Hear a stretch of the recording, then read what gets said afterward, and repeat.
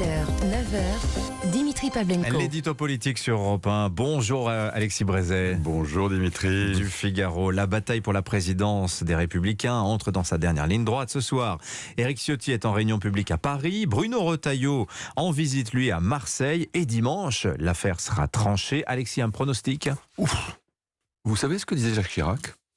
Les prévisions sont difficiles, surtout lorsqu'elles concernent l'avenir. La phrase, en fait, était empruntée à Pierre Dac. Donc, des prévisions, je vais bien me garder d'en faire. Tout ce qu'on peut dire, c'est qu'Éric Ciotti, arrivé en tête au premier tour, est logiquement favori. Mais que son avance n'est pas suffisante pour qu'on puisse exclure une victoire de Bruno Retailleau.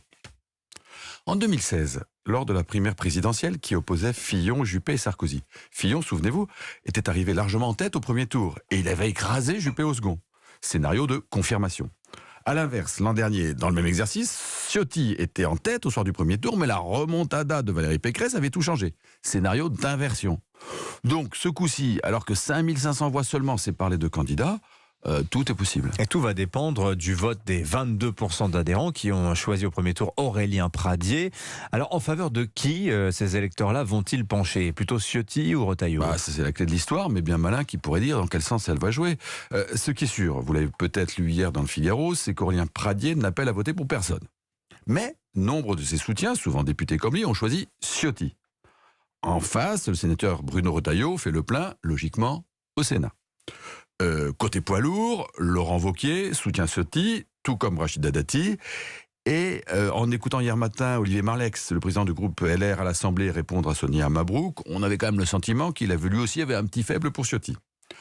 Retailleau, lui, est soutenu par Gérard Larcher, le président du Sénat, par François-Xavier Bellamy, le chef de file des LR au Parlement européen, et de son côté, Xavier Bertrand ne dit rien, mais laisse dire qu'il pourrait voter en sa faveur. Bref, grosso modo, tout ça s'équilibre. D'autant que sur le fond, si on réfléchit, Retailleau et Ciotti sont très proches l'un de l'autre. Alors chacun dit les choses à sa manière, en fonction de son tempérament, de son histoire personnelle. Mais même vis-à-vis de Sarkozy, leurs positions sont rapprochées. Retailleau est moins irrémédiablement hostile et Ciotti fait bien attention de se distinguer. Reste, c'est vrai, la question du choix du candidat LR à la présidentielle. Alors là, Ciotti dit qu'il faut investir Wauquiez, et vite. Retailleau estime qu'il faut d'abord se doter d'un projet et que si Wauquiez fait un candidat très légitime, Xavier Bertrand ou David Lisnard peuvent aussi prétendre représenter la droite. Bon, bien sûr, tout ça n'est pas sans importance, mais enfin, c'est pas non plus le jour et la nuit. Donc, pour résumer, Alexis, les deux concurrents, ce ne sont pas des premiers couteaux. Ils pensent à peu près à la même chose. Ils font jeu égal sur le plan des soutiens. Bon, c'est pas folichon, votre histoire. Ouais, c'est sûr. Pour les journalistes qui suivent la politique comme on va au spectacle, c'est pas absolument enthousiasmant. Mais les secteurs de la droite, eux, ils ont l'air de plutôt apprécier. 66 000 votants au premier tour, c'est pas si mal. Oui. C'est 10 fois plus que les Verts à leur congrès.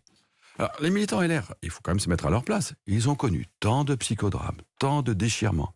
Et voilà pour une fois qu'ils ont des candidats qui sont certes pas des monstres de charisme, mais après tout, qui tiennent la route, qui ne s'arrachent pas les yeux, qui sont de droite tous les deux et pas à moitié de droite, et qui tous les deux veulent pas se compromettre avec Macron. Bon, il n'y a pas de quoi pleurer non plus. Alors, ça ne veut pas dire que pour la suite, c'est gagné, loin de là. Mais c'est déjà un point de départ. Reste à atteindre le point d'arrivée. Et puisqu'on a commencé par Pierre Dac, finissons avec lui. Le chemin le plus court d'un point à un autre, disait-il, est la ligne droite, à condition que les deux points soient bien en face. Voilà. Je vous laisse méditer. J'allais vous le dire.